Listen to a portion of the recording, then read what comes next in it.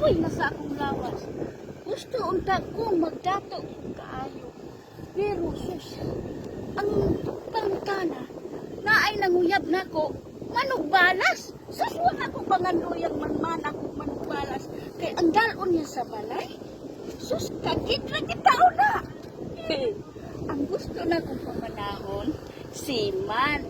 Kay ang seaman, magsigig sakay sa barko, dako og sweldo, madato na ko. O, sama anang bildinga, ako na'y matag-iyaan na.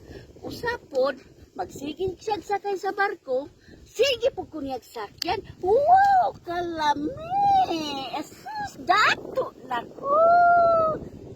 Wala kasi ko maglisod sa akong pagabuhi.